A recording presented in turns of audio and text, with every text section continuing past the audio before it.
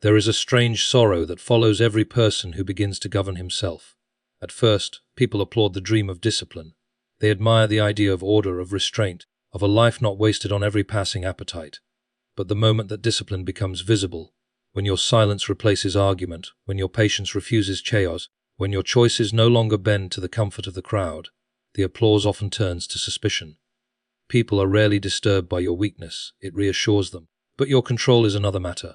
It reminds them of their own surrender, their own compromises, the quiet habits they excuse in themselves. And so they call your peace arrogance, your boundaries pride, your focus coldness. What they cannot conquer within themselves, they often condemn in others. To master one's impulses is not to become less human, but more truly so.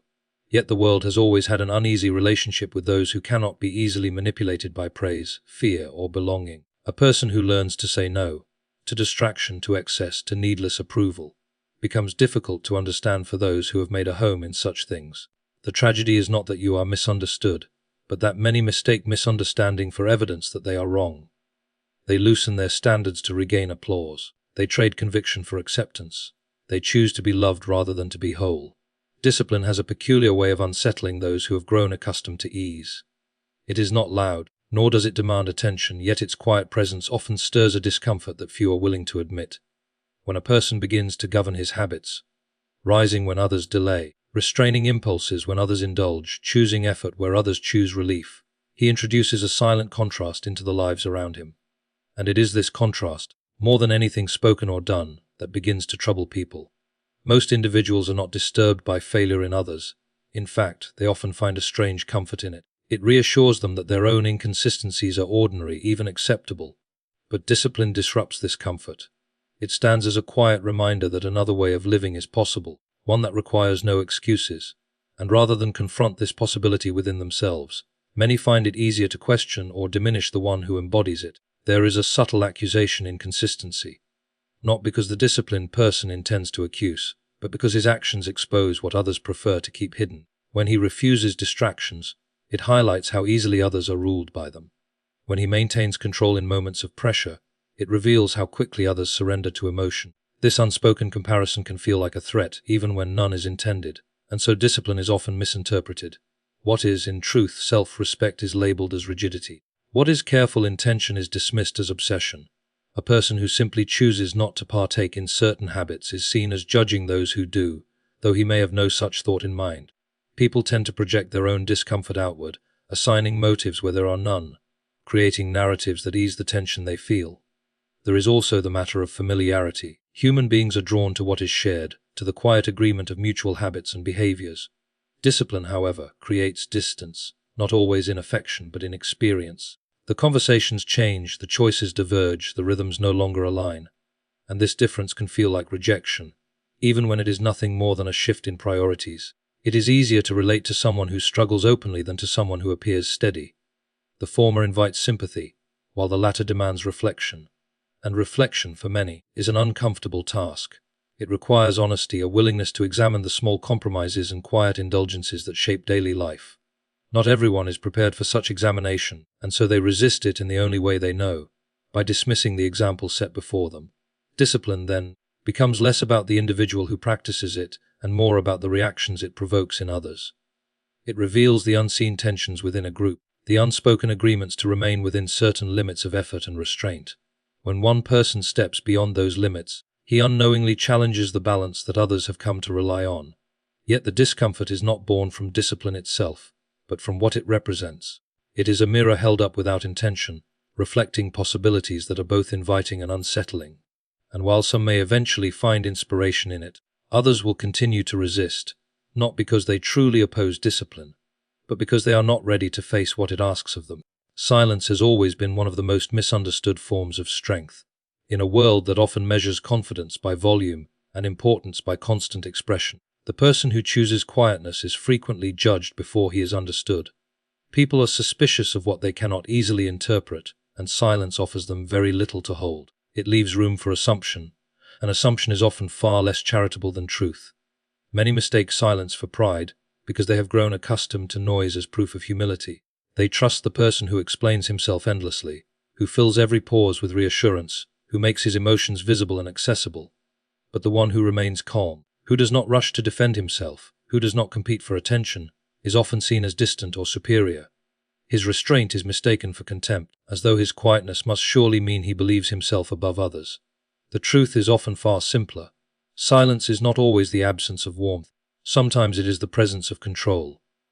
There are people who have learned that not every thought deserves a voice, not every insult requires an answer, not every misunderstanding can be corrected by argument. They have discovered that peace is often preserved not by speaking more but by speaking less. This is not arrogance, it is discipline.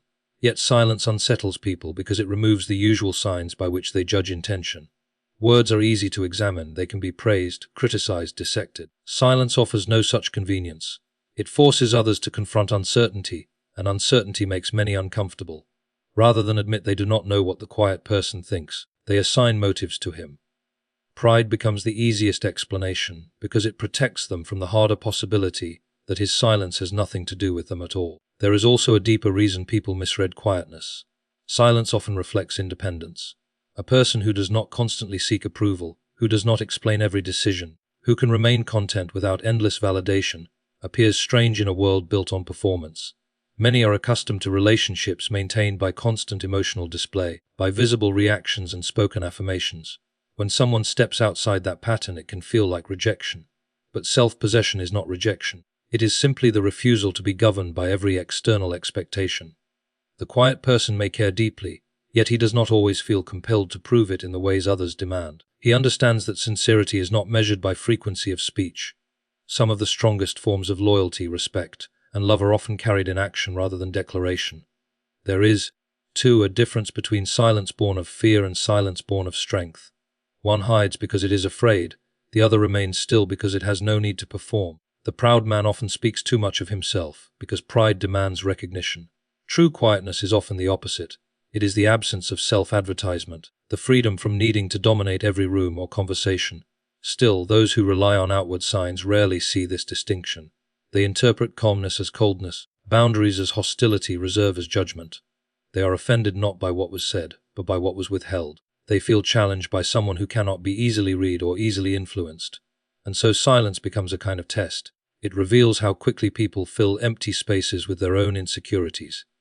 What they accuse the quiet person of often says more about their own fears than about his character. They do not fear silence itself. They fear what it reflects back to them, when there is nothing else to distract them. Boundaries are among the quietest forms of truth a person can express. They are rarely announced with great speeches or dramatic declarations. More often, they appear in small refusals, in changed habits, in the simple decision to no longer tolerate what once seemed normal. Yet these small acts can disturb people more deeply than open conflict, because boundaries force others to confront limits they had hoped would remain undefined. Most people are comfortable with kindness until kindness begins to include self-respect. They admire generosity as long as it asks for nothing in return. They praise patience as long as it continues to absorb inconvenience without complaint. But the moment a person decides that peace requires distance, that respect requires limits, or that love does not demand endless sacrifice, admiration often turns into resistance. This resistance is rarely about the boundary itself. It is usually about what the boundary exposes. A person who becomes upset when you say no is often revealing how much they benefited from your inability to say it before. Boundaries uncover hidden dependencies, unspoken expectations, and habits of entitlement that were easier to ignore when your silence made them convenient. There is something uncomfortable about being told, even gently, that access to another person is not unlimited. It reminds people that relationships are not possessions. They cannot simply take without regard for the cost. Boundaries introduce responsibility where comfort once existed, and responsibility is a burden many would rather avoid. For this reason, people often interpret boundaries as cruelty rather than clarity. They call it selfishness when you protect your peace. They accuse you of changing when, perhaps, you are only becoming honest. What they truly mourn is not your transformation, but the loss of their previous freedom to overstep without consequence. There is a peculiar guilt that accompanies the setting of boundaries, especially for those who have spent much of their lives pleasing others. They feel as though self-respect is a form of betrayal, as though choosing distance from what harms them is somehow an act of disloyalty. This guilt is powerful because it disguises itself as virtue. It whispers that endless availability is kindness, that exhaustion is proof of love, that suffering quietly is maturity. But love without boundaries is often not love at all. it becomes permission for imbalance. It allows one person to remain careless while the other becomes responsible for preserving peace at any cost. True care requires honesty, and honesty sometimes sounds like refusal. Boundaries are not walls built to keep people out. They are doors with locks, reminders that trust and closeness require mutual respect. Without them, relationships are not intimate but invasive. The absence of limits does not create connection. It creates confusion, resentment, and eventually distance of a far colder kind. What unsettles people most is that boundaries cannot be argued with if they are genuine. They are not invitations to debate your worth or your right to peace. They simply exist, and those who are accustomed to controlling others through guilt, pressure, or expectation often find themselves powerless before someone who has learned this. It is often said that people reveal themselves when they are denied what they want. Boundaries become the moment of revelation. Some respond with understanding, proving that their care was real. Others respond with anger, manipulation, or sudden coldness, showing that what they valued was not you, but your compliance. In this way, boundaries are clarifying. They do not create hidden insecurities, they reveal them. They show who respects your humanity and who preferred your convenience. They separate affection from control, loyalty from dependence, and love from possession. And perhaps this is why boundaries feel so difficult yet so necessary. They are not merely about keeping harm away, but about discovering which relationships can survive the presence of truth. There is an unspoken agreement in many social circles that people should remain predictably ordinary. Not ordinary in virtue or kindness, but ordinary in their limits. Limited ambition, limited discipline, limited willingness to question habits that everyone else has quietly accepted. Society often praises improvement in theory, but in practice it becomes uneasy when someone begins to change in ways that disturb familiar patterns. Self-control is one of the clearest disruptions of these expectations. The moment a person begins to master his impulses rather than obey them, he becomes difficult to place. He no longer reacts as expected. He does not indulge every invitation, respond to every provocation, or seek comfort at the first sign of discomfort. This refusal to move with the current creates tension, because people are often more comfortable with shared weakness than with visible restraint. Much of human interaction is built upon predictability. People learn where your weaknesses are, what excuses you accept, how far they can push your patience, how easily your emotions can be influenced. These patterns create a kind of social order, though not always a healthy one. When self-control enters the picture, that order begins to shift. The person who once said yes without thought now pauses. The one who once argued at every insult now remains calm. The one who once chased approval now walks without needing it. This change unsettles people because it removes familiar access. They can no longer rely on your impulses to keep the relationship predictable. They must meet a person who has become deliberate, and deliberateness is difficult to manipulate. Someone who can control his desires is not easily controlled by others. There is also a hidden accusation in restraint. It is not intentional, but it is felt.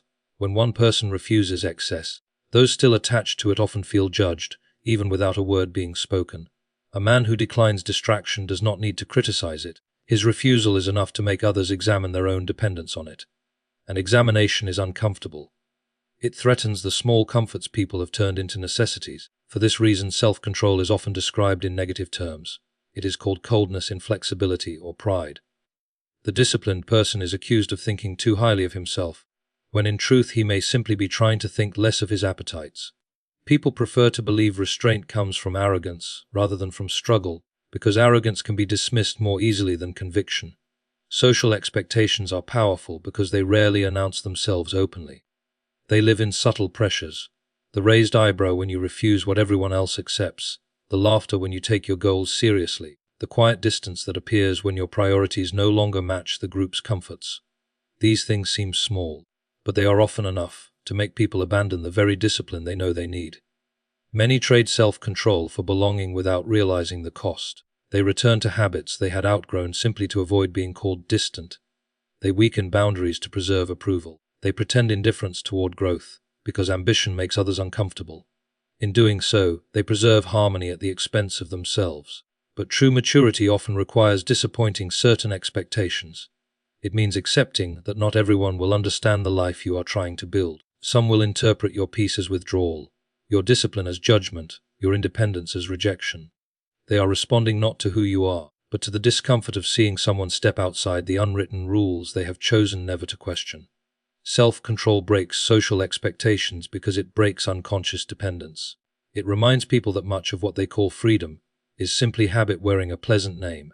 It shows that discipline is not punishment, but liberation, the ability to act according to principle rather than appetite, according to purpose rather than mood. And a person who lives this way becomes difficult to fit into systems built on emotional impulse and quiet conformity. He does not rebel for the sake of rebellion, nor withdraw for the sake of pride. He simply refuses to be ruled by what should have remained a servant rather than a master. Growth is often imagined as something bright and immediately admirable, as though becoming better should naturally bring people closer to you. We picture progress as applause, understanding, and visible support. But real growth is far quieter and far less comfortable. It often looks from the outside like distance. Not because love has disappeared, but because priorities have changed, and change is rarely interpreted kindly by those who were comfortable with the old version of you.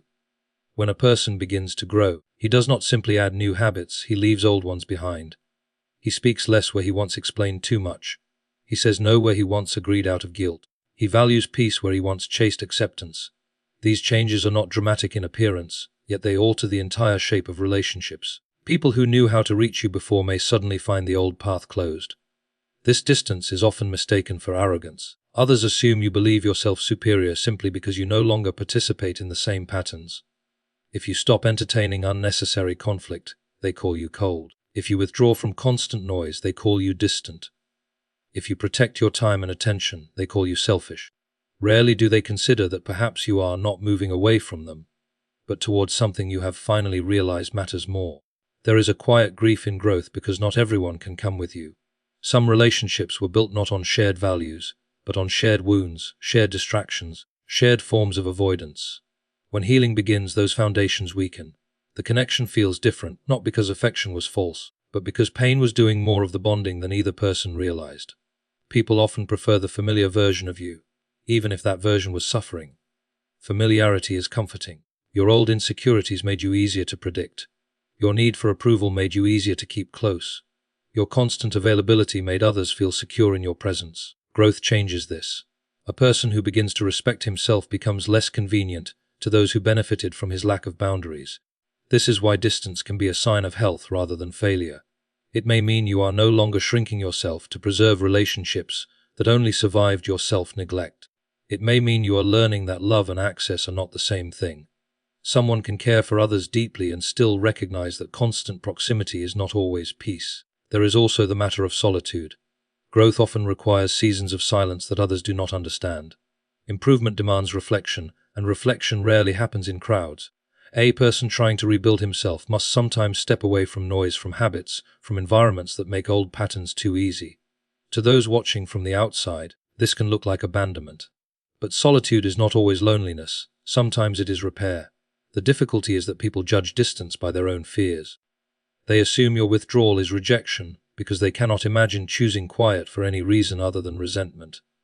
They believe your changed priorities are a verdict against them, when often they are simply a response to your own unfinished work. Not every closed door is punishment. Sometimes it is protection. Growth also teaches a painful lesson. Understanding is not guaranteed. You may become healthier and still be misunderstood. You may choose peace and still be accused of pride. You may become more honest and lose people who preferred your performance. This tempts many to return to old versions of themselves, to become smaller again so relationships can remain undisturbed. But shrinking is not love. Pretending weakness to preserve comfort is not loyalty. Real growth asks for courage, the courage to be misread, to be called distant, to disappoint those who only loved your accessibility and not your becoming. And perhaps the truest sign of maturity is accepting that distance does not always mean loss. Sometimes it is simply the visible shape of transformation, the necessary space between who you were and who you are learning to become. There is a deep human desire to be understood. We want our intentions to be seen clearly, our struggles interpreted fairly, our silence not mistaken for indifference. To be understood feels like safety, it promises belonging, relief, and the comfort of being known without constant explanation. Because of this, many people shape their entire lives around the pursuit of approval disguised as understanding. Yet being understood is not always the highest good. There are moments when clarity must be sacrificed for conviction, when peace must be chosen over explanation, and when the need to remain true becomes more important than the desire to be accepted. A person who lives by principle eventually discovers that not everyone will understand him, and trying to make them do so can become its own form of slavery. Much of life is spent negotiating appearances. people soften truths to remain likable. They delay necessary boundaries because they fear seeming harsh. They tolerate disrespect because confrontation might change how they are perceived. In all these things, the goal is often not harmony, but reputation. They wish to be seen as good more than they wish to be good. This is a dangerous exchange, because the image of virtue can become more valuable than virtue itself. A person begins making decisions not by asking what is right, but by asking how it will be interpreted. He becomes ruled by the imagination of others. Every action passes through the courtroom of public opinion before it is allowed to exist. Such a life may look peaceful, but it is built on constant surrender. There is a peculiar strength in accepting misunderstanding when the alternative is self-betrayal. To remain silent when defending yourself would only feed pride. To walk away when staying would require dishonesty. To set boundaries even when they are called cruelty. These are not acts of rebellion, but of inner order. They require a person to trust truth more than applause. Often, people do not misunderstand you because you have failed to explain yourself. They misunderstand because your choices challenge something in them they would rather not examine. Your discipline reminds them of their excuses. Your boundaries expose their entitlement. Your calm reveals their dependence on chaos. No amount of explanation can persuade someone who is committed to preserving a false comfort. This is why endless self-defense becomes exhausting. Some people are not seeking understanding. They are seeking your return to the version of you that made them comfortable. They do not want clarity but compliance. If explanation threatens their convenience, they will reject it no matter how carefully it is offered. A mature person learns to distinguish between honest misunderstanding and manipulative resistance. The first deserves patience. The second often deserves distance. Wisdom lies not in explaining yourself to everyone, but in knowing where explanation is fruitful and where silence is cleaner. Not every accusation is an invitation to respond. There is also humility in accepting that being understood is not fully within your control. You can speak truthfully, act sincerely, and still be interpreted through the fears, wounds, and assumptions of others. People rarely see you as you are. They see you through the lens of what they need, expect, or fear. To spend your life trying to manage every perception is to chase something impossible. Freedom begins when you stop demanding universal approval as proof of your worth. It comes when your conscience matters more than applause, when your peace no longer depends on being correctly interpreted by every passing observer. This does not mean becoming careless or indifferent to others. It means refusing to let your identity be authored by those who only know fragments of you. There are times when being misunderstood is not evidence of failure, but the cost of integrity. If your honesty disappoints someone who benefited from your silence, if your growth creates distance from those who preferred your weakness, if your boundaries are called pride by those who resented your obedience, then understanding was never truly the issue, and in such moments, the goal is not to be perfectly explained, but to remain uncorrupted by the pressure to abandon what you know is right.